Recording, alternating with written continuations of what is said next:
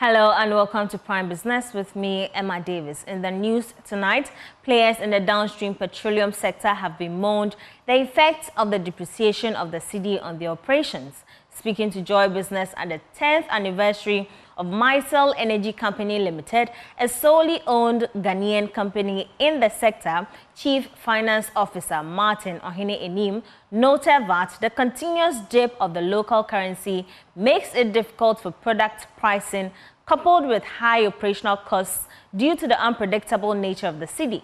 He called on the central bank to improve liquidity flow for players in the downstream sector. What government should do is to prioritize sectors like the energy sector, because we are in terms of national security. If our product don't come into the country will face a national security issue. So they should prioritize us and bring more liquidity to us to be able to support our business, because our business actually affects cascade across all other sectors of the economy. If the dollar is high, we price same into our product, and that will impact inflation and impact the general macroeconomic environment of the country. So it is crucial that more of the dollars, the auctions that BOG is doing is very perfect, is very good. But what they need to do is to increase the liquidity at that side, so that can feed into our pricing and bring the prices down for Ghanaians to be able to buy petroleum product at a cheaper price. We are hoping that all stakeholders will come together, the government, the private sector who are playing key roles in the sector will come together, dialogue and bring a resolution to protect employment, to protect private businesses and investment, and that of government also achieving its objective of reducing inflation in the country. Commercial banks are warning that the new cash reserve requirements may impact badly on lending to businesses and individuals. The Bank of Ghana earlier this year increased the amount of money banks are expected to hold with the central bank based on the deposits mobilized and monies in their vault. But Chief Executive of the Ghana Association of Banks, John Iwa, stated that the Bank of Ghana may have to take a second look at the monetary measure. It's a big concern for the industry. Now, a cash reserve requirement can go as high as 25%. And depending on what percentage of your balance sheet is in foreign currency, you know that you reserve for foreign currency in cedis as well. So for the banks that have about 35 to 40% of your balance sheet in foreign currency, then your cash reserve requirement can be as high as 35%. What it means is then the liquidity that is available to the banks for lending activities and for other financial intermediation is minimum, is limited. You take deposits of 100 Ghana cedis, and you only have access to 75 Ghana cedis of the 100. Of course, it will affect your ability to properly intermediate in the financial system. And that could have an impact on lending, because the Bank of Ghana thought that if you are not lending and you're holding the money, and some banks get into purchasing of FX and all the rest and holding on, maybe they should take the money from you guys. It's a chicken and egg. If you want me to lend to, why do you restrict how much money I have to lend? You know, by increasing the cash reserve requirement, then my liquidity levels drop. What do we use to lend? It's liquidity. So it's a catch-20. You know, I don't know whether it's the chicken or the egg which should come first. I knew that there was some intensive industry engagement from the association side and then the regulator side. Have you made any progress on this, or the regulator still believes that that is the way to go? Yeah, we've made all the case that we can under the sun. Of course, the central bank use cash reserve requirement not just for protective mechanism, but also to manage inflation. Because the more liquidity they can suck from the financial system, you know, the less that is chasing goods and services in the market. Chief Executive Officer of Ramses Infotech Solutions Limited, Emmanuel Afa, has called on government to create an enabling environment to consume tech solutions that are built in the country. According to him, the lack of a ready market for such tools has led to people abandoning the tech ecosystem. He was speaking at the closing ceremony for a training program organized by the ECOWAS Commission in Ghana for some 100 youths. The training program, sponsored by the ECOWAS Commission in Ghana, saw the participants benefiting from full-stack development, that is software, web, and mobile app development. According to Emmanuel Arthur, who facilitated the training, economies with many software developers have intentional policies to consume the solutions that are being developed. That there should be intentional program by industry in Ghana to take software from universities and use them. Okay, and then government should have program in place that there can be incentive for people who are using solutions built by young people in Ghana. And that's the only way people want to research more, people want to dare more to do them. The issue is that if we look at companies like Microsoft and other companies that come from different parts of the world, there is a lot of market for them. They can come to Africa and sell because Africa wants foreign software. So if it was done by 13-year-old in America, once they say it's an American company, a big company in Ghana will buy that software. But when it's being developed by a Ghanaian, people will not be interested because they think it's inferior. And that kind of situation make most young people actually withdraw from. Mr. Arthur also attributed the lack of many software developers to the non-availability of venture capitalists who will invest in these solutions. There are a lot of VCs in America that a young person can develop a solution. They can go and buy it for $500,000 US, but it's not so here. We don't have any intentional VC architecture in Ghana where somebody can develop a solution. And then one person, I see a potential solution, let me come and invest like $1 million or $500,000 and make it big.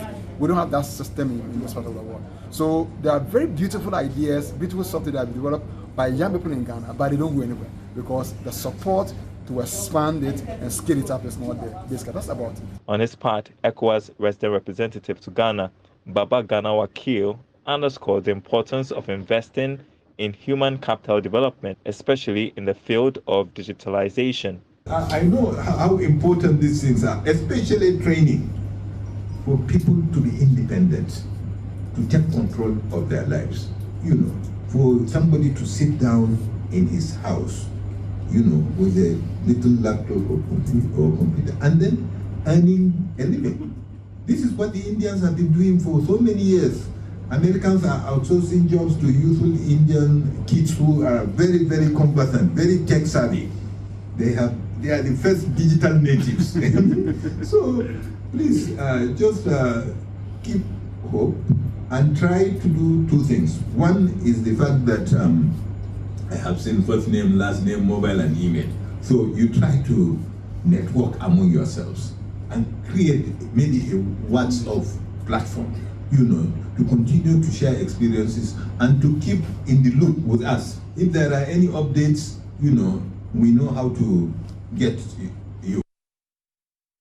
Winrock International has partnered with 4 cocoa cooperatives in 20 communities in the Ashanti region to eliminate child labor. Under a project dubbed Matemasie, the capacity of the cooperatives will be strengthened to address child labor concerns in Ghana's cocoa supply chain.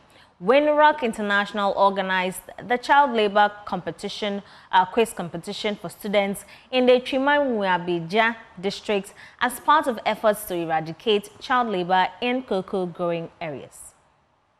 He has been a cocoa farmer for 25 years.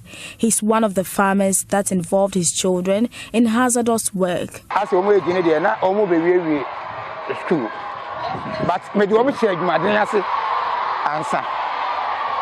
Peter revealed Winrock International's child labor and remediation system in the district has had an impact on his quest for transformation. According to him, he's now an advocate against child labor.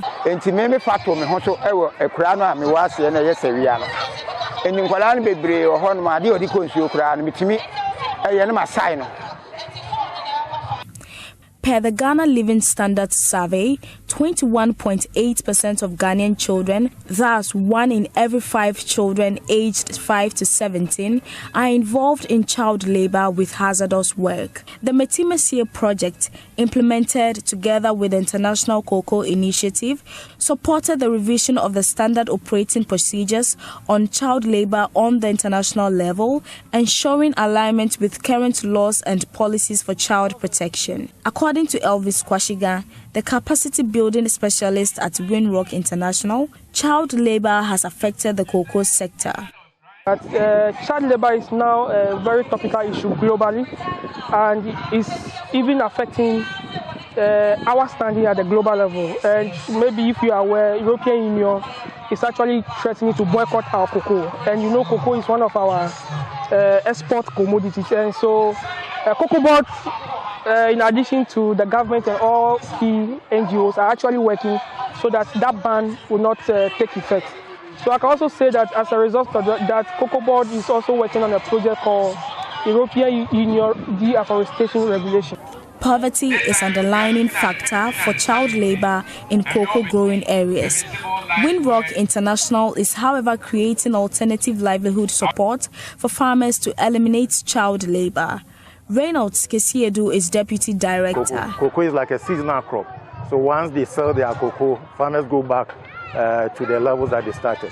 So we, for example, we are also offering some alternative livelihood support, so that people are learning some other trade, livelihood services that would also support them apart from the cocoa. A child labor awareness quiz competition was organized by Windrock International and its partners for students at Etrimang-Webeja district in the Ashanti region to commemorate World Day Against Child Labor. Anita Sewa Ajugam reporting.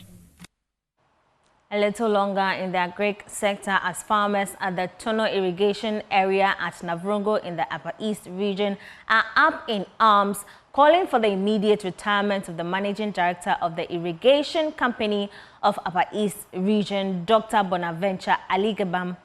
The farmers are accusing Dr. Aligebam of exhibiting an authoritarian leadership style, often disregarding their concerns and continuing to cling to his position despite the expiration of his tenure as the managing director of the irrigation scheme. They say his refusal to give them water to nurture their seedlings this year is the final straw. Correspondent Albert Sori has more. The Tono Irrigation Project is a vast farming area producing mainly rice and some other crops. The project is under the Irrigation Company of Upper Region, ICOR, with the Tono Irrigation Dam as its source of water supply. Opened in 1985, an estimated 4,000 farmers currently ply their trade under this irrigation scheme, which covers nearly 2,500 hectares of land. However, some of these farmers say they are unhappy about how the irrigation project has been managed over the last few years, with Dr. Bonaventure Aligebam in charge as the managing director. This group of farmers, known as the Federation of Tono Water Users Association, have been expressing their frustrations at a press conference. Despite the fact that Tono scheme has been rehabilitated, we still have challenges on some of our roads. Farmers suffer to transport their produce from farms to buying centers. Yes, true. Unmotorable nature of the roads make motors charge more. Moreover, some canals and embankments have also been washed off, leaving concrete canals hanging. Meanwhile, farmers have paid irrigation service charge to ICOR. What are they using the money for?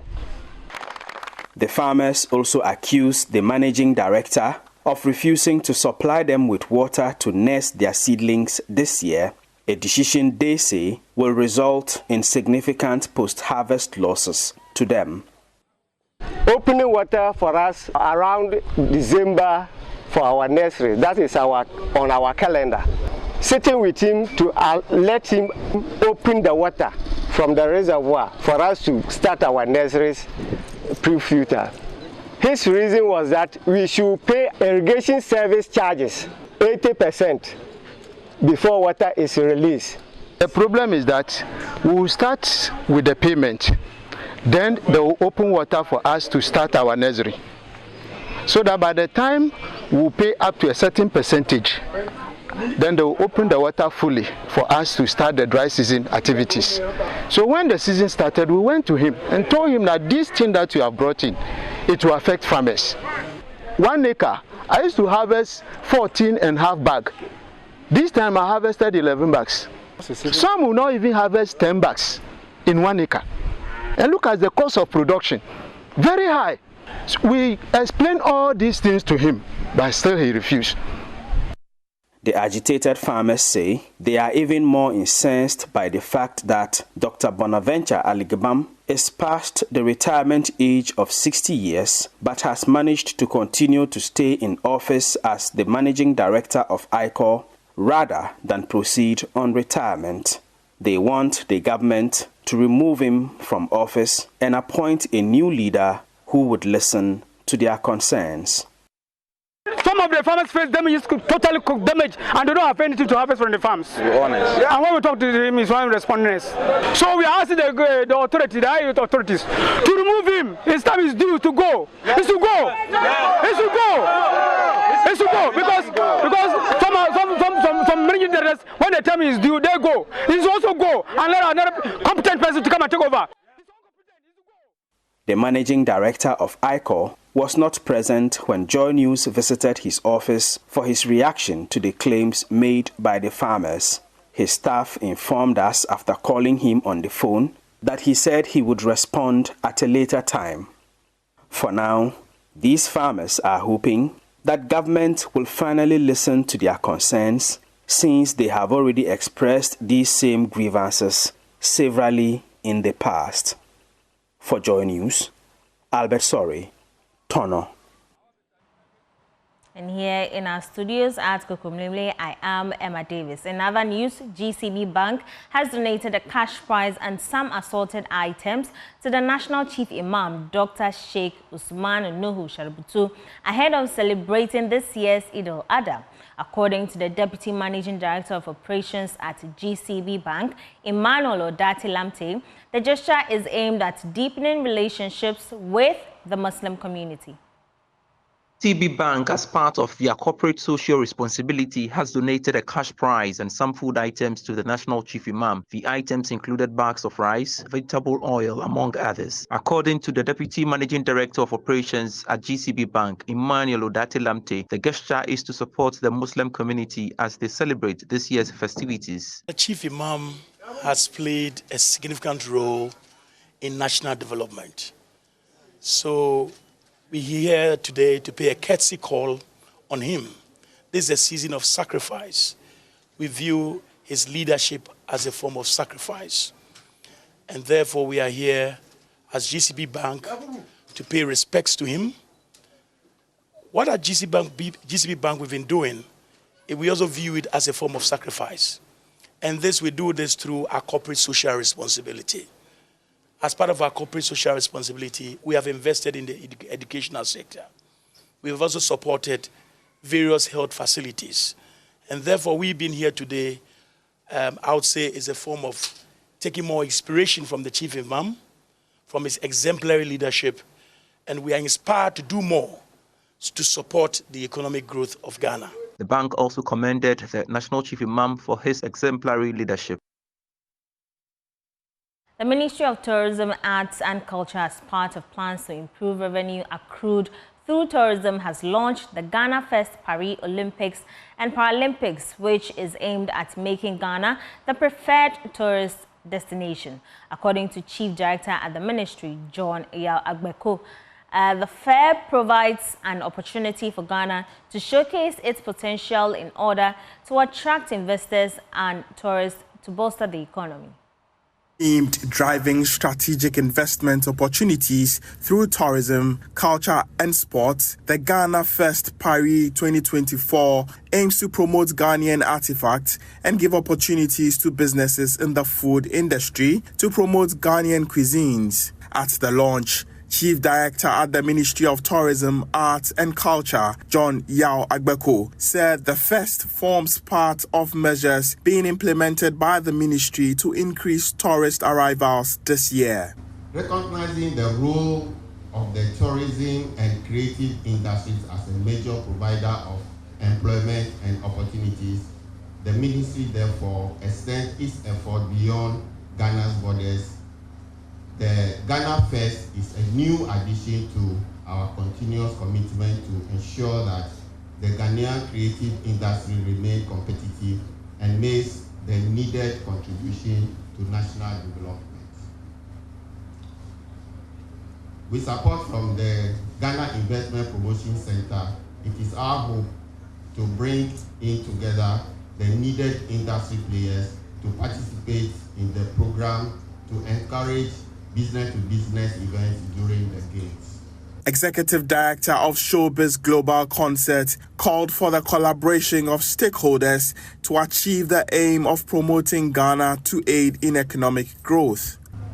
In 2023, the share was forecast to reach over $3.6 billion with the implementation of the Destination Ghana project. Ladies and gentlemen, programs like the Ghana First Paris Olympics and Paralympics will contribute greatly in increasing tourism revenues.